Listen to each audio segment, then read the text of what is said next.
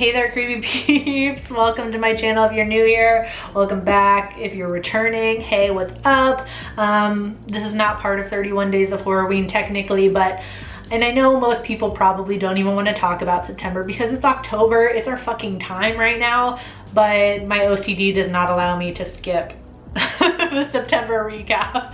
Pull up my Letterboxd here and let's go through what I watched. Starting at the very beginning of the month, I watched Nightmare Cinema, which is a horror anthology that I thought was quite good. I think not maybe a lot of people liked it as much as I did, but I really enjoyed it. I thought it was fun. Link my playlist for like new movie reviews, so you can check that out. It's in that playlist.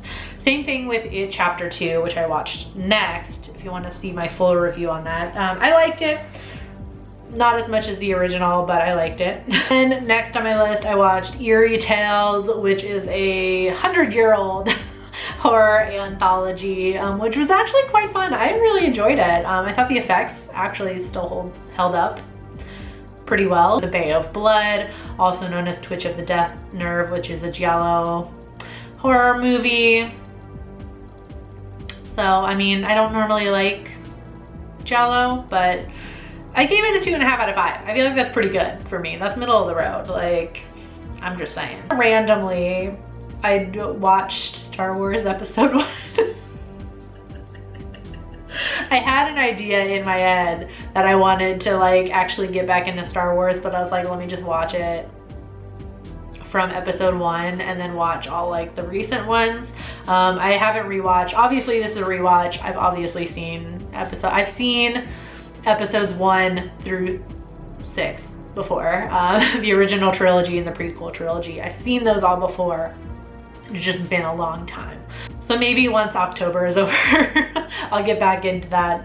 I don't know why, I just had like a desire to watch Star Wars, so don't at me. Watch Satanic Panic, which I didn't actually film a review for. I didn't have room for it really, but if you guys really want to hear my thoughts on it, maybe I'll review it for November. Let me know in the comments.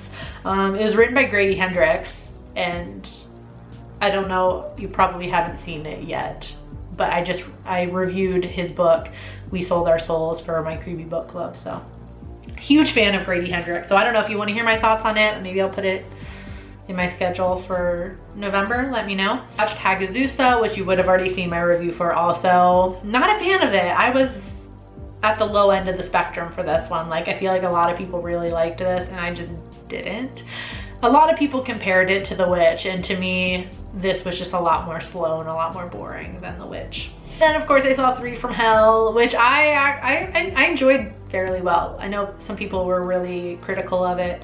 I saw it is coming back one night only, I think October 14th. I don't know, I might go watch it again just because, and also because RIP Sid Haig. That was really shitty news that we got to end out September, really.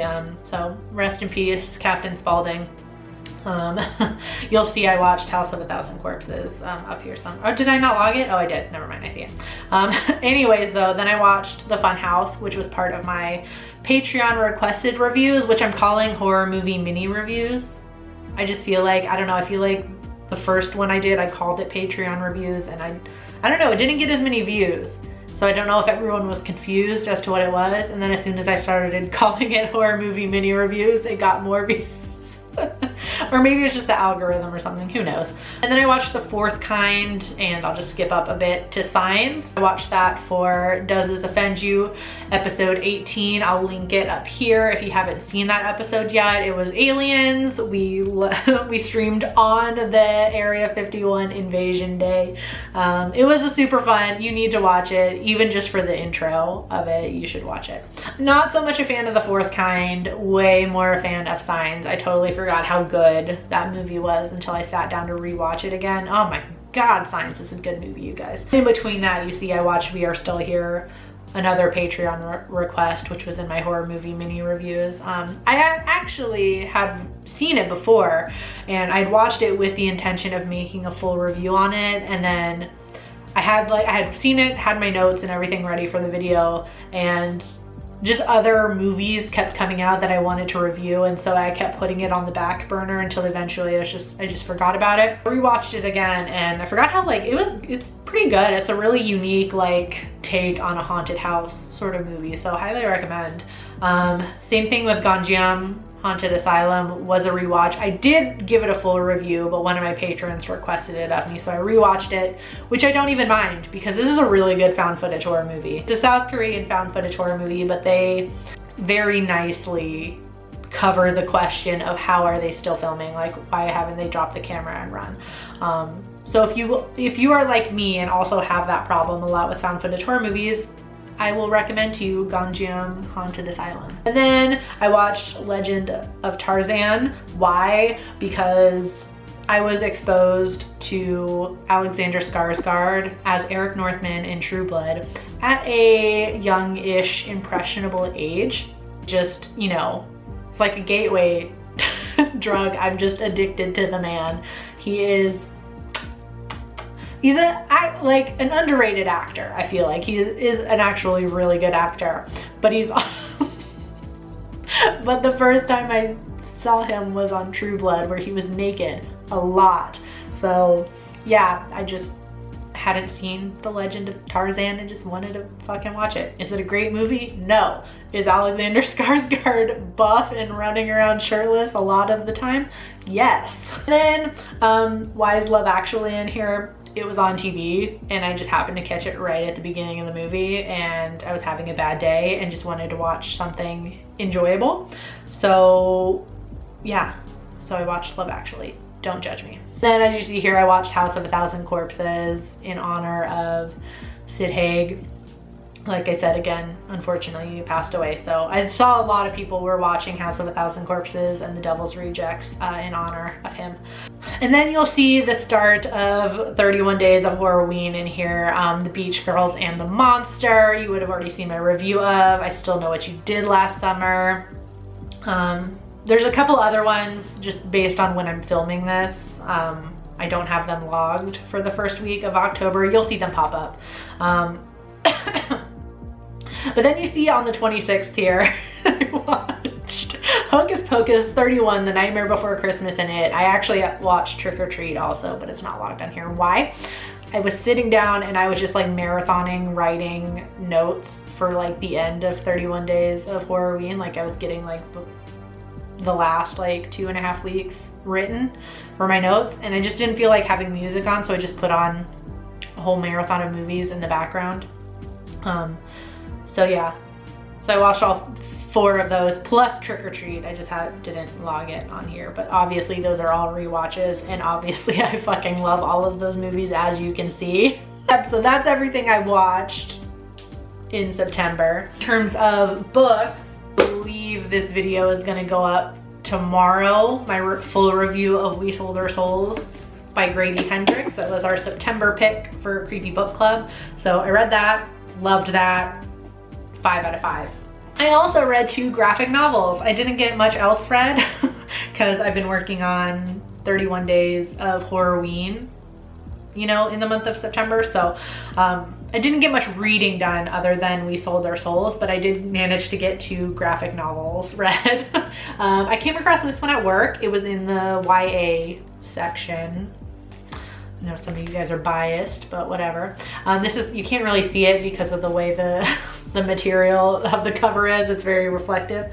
It's called Grimoire Noir by Vera Green Tea and Yana Bogach. Probably saying that wrong. I'll insert a better picture of the cover so you can actually see it. It's really cool. I love the art style, how it's like, it's not quite 100% black and white. It's like more like extremely subdued colors. Like the camera's probably not picking it up very well, but if you actually have, you know, if you actually see the pages, there is some color in there. It's just very faint. I love the style of it. I love the art style. Short kind of about this town where all of the females have some sort of magical power and all the males do not. Our main character is Bucky Orson, is a man, a boy I should say, sorry. And his sister has gone missing, so this is like the whole first book, this is the first one that's out. I don't think the second one is out yet. It's about him finding his sister, and there's some whole conspiracy with like the witches and the females, like their powers aren't as strong. It's a whole thing, and they can't leave the town. Also, their town has like a law that they can't leave. The women cannot leave the town. So it's really good. I'm not summarizing it very well, but it was really good. So if you happen to be in a bookstore and you see this, you like witchy sort of stuff, Grimoire Noir. Speaking of witches and books that are not for adults, I also read The OK Witch. This is an ARC copy, so it is, oh Jesus, it's not actually fully colorized. An ARC is, if you ever worked in a bookstore or anything, is an advanced reader copy. And if you work in a bookstore, usually you can just take the ARCs for free, which is what I did. As soon as it came in, one of my coworkers was like, Vicky, you'll like this. This is technically a middle grade book, so this would be in the young reader section, so younger than teen, like preteen sort of book. But it's just so cute. Okay, it's just really fucking cute. It's like, it follows this 13-year-old girl. Her name is Moth, and she like loves all things witchy. She lives in a town in Massachusetts that's not Salem, but it's Salem, you know what I mean? And she comes into her powers, and she finds out that her like entire family is like this whole line of witches, and her mom kept it from her. And so basically this I don't know if this is gonna be part of a series. Work as both, honestly. Like, it has like a good enough conclusion that it could just end there, or it could keep going. But I just thought it was really cute, like, okay? And I'm not even mad that, like, the first bit of it is colorized.